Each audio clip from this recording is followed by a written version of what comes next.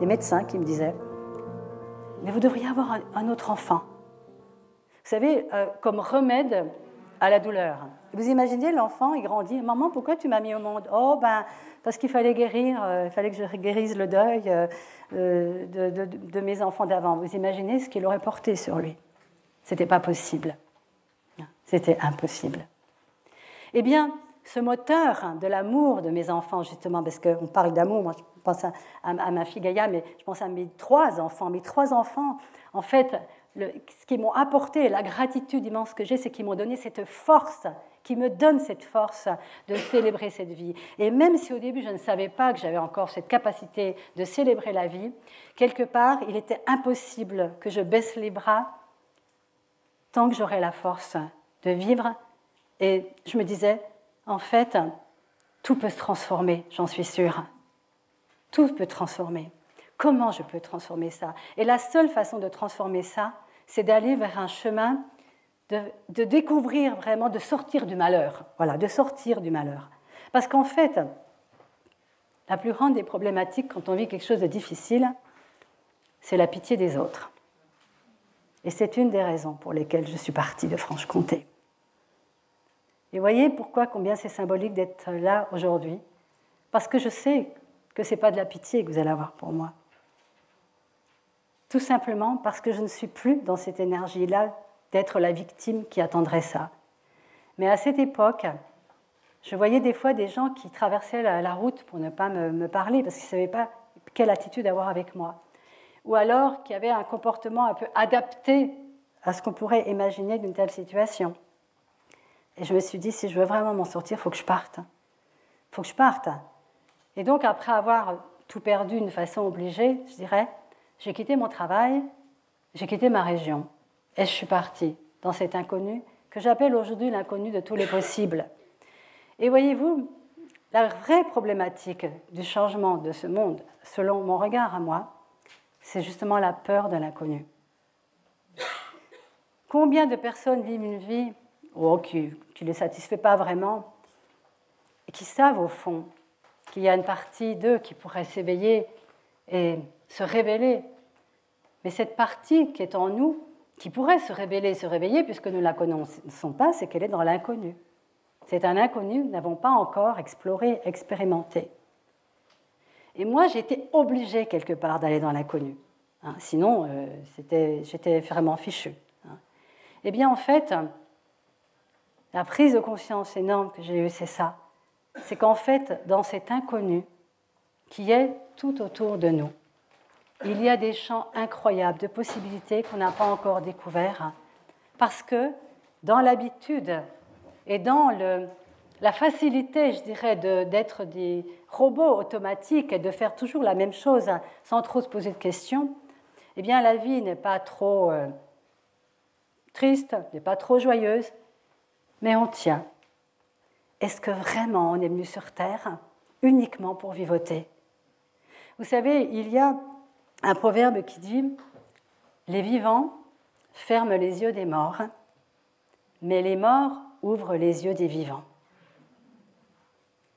Eh bien, tous ces êtres que j'ai tellement aimés, mes parents, mes enfants, leur père et tant d'autres, par la douleur que ça m'a fait traverser, vous le savez bien, quand on perd des êtres chers, même si on a la foi, même si on a la foi, même si on se dit, maintenant ils sont libérés, ils sont dans la lumière, etc. Oui, ok, mais avec qui vous prenez le thé le matin, vous allez boire un café, que vous prenez dans vos bras. Vous voyez, voilà, on peut à la fois être heureux et penser que la personne est libérée, mais nous, en fait, quand on pleure, c'est pas sur les autres qu'on pleure, c'est sur nous. C'est sur nous. Et pourquoi pas? Le Dalai Lama, c'est intéressant, le Dalai Lama, quand il a perdu son frère, il pleurait. Alors les disciples vont le voir et lui disent « Mais attends, tu pleures, toi, alors que tu sais très bien la réincarnation, que ton frère, il est libéré, qu'il est parti. » Il dit « Et alors, avec qui je vais faire des blagues maintenant? Et avec qui je vais prendre le thé?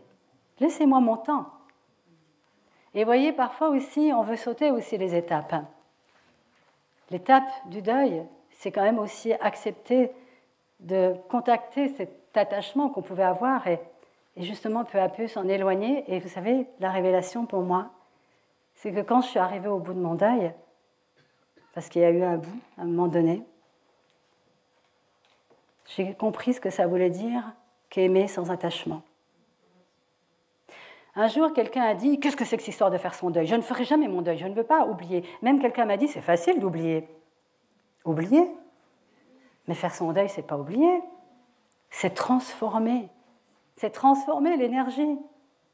C'est qu'à un moment donné, quand on va jusqu'au bout de ce chemin du deuil et d'accepter les émotions qui viennent, d'accepter de les reconnaître sans y résister, parce que ce qui fait persister quelque chose, c'est la résistance. Ça aussi, je l'ai découvert d'une façon empirique. Si j'accueillais ce qui venait, ça passait. Comme les orages, comme la tempête. Mais si j'y résistais, je m'engluais dedans. En fait, ce que ça m'a appris, c'est de surfer sur la vague du courant de la vie. Parfois, la vague était tout en haut, parfois, elle était tout en bas. Parfois, elle m'a poussée sur le rivage violemment. Mais toujours, je suis repartie dans l'océan. Et ce que ça m'a appris aussi, c'est que je suis la vague, mais je suis aussi l'océan. Et ça, je ne pense pas que j'aurais pu le découvrir autrement que par l'expérience, par le vécu, par la traversée de toutes ces zones que je n'aurais jamais été explorée par moi-même. Alors, est-ce que je suis en train de dire que la souffrance est nécessaire pour se transformer ? Non. Je dis simplement, je ne suis pas ici pour vous... on n'est pas ici pour donner des vérités, moi j'en ai aucune.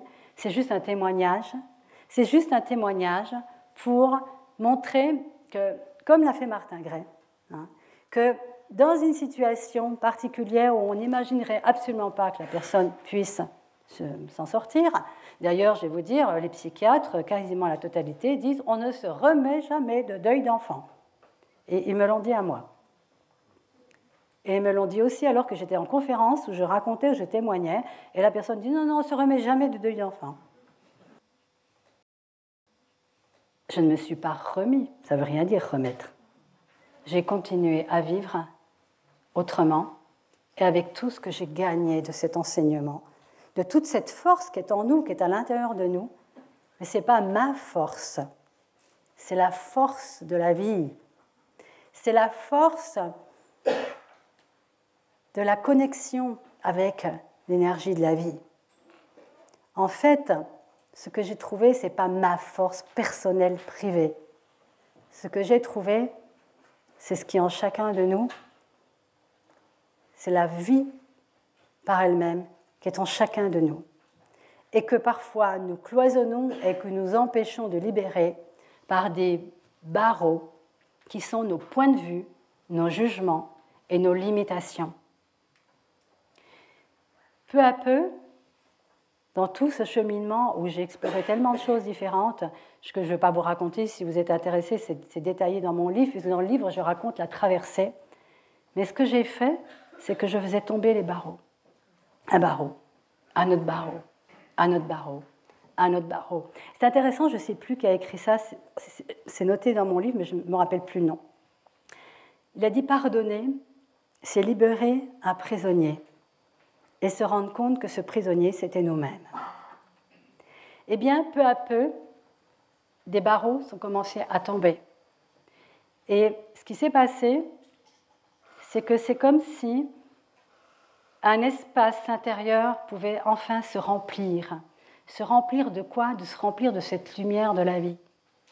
C'est comme si, en fait, nous étions tous ici un soleil sur pattes, mais qu'il y a tellement de nuages devant qui sont tous nos soucis, nos histoires, et je suis mal aujourd'hui parce que j'ai vécu ça. Non. Tout ce qu'on raconte, tout ce que nous nous racontons, que si nous sommes comme ça maintenant, c'est parce que c'est une justification pour ne pas choisir maintenant d'être heureux. La preuve en est, les résilients, tous ces résilients, bien sûr, j'en suis une, qui vont vous dire « mais la vie est tellement belle, mais choisissez-le maintenant, mais c'est maintenant qu'il faut vivre ». C'est ça que ça m'a apporté aussi, le deuil, c'est « waouh, mais on peut mourir instantanément, demain je peux mourir, tout à l'heure je peux mourir, je peux être morte, mais je suis vivante là maintenant ». Et si, pendant ce temps que nous sommes vivants, nous la vivions totalement à 100%, Et si nous libérions et nous réalisions vraiment pourquoi nous sommes venus, c'est-à-dire si la graine que nous sommes chacun différente, nous nous permettions de l'arroser et de laisser cette graine devenir une fleur qui donne son parfum au monde. Et si ce monde était juste un grand jardin et que nous sommes juste des fleurs qui devons nous ouvrir, et c'est tout. Hein? Et si même les orages, même les tempêtes permettaient aux fleurs de continuer d'être, puis à un moment donné, elles finissent leur temps et puis il y en a une autre qui vient.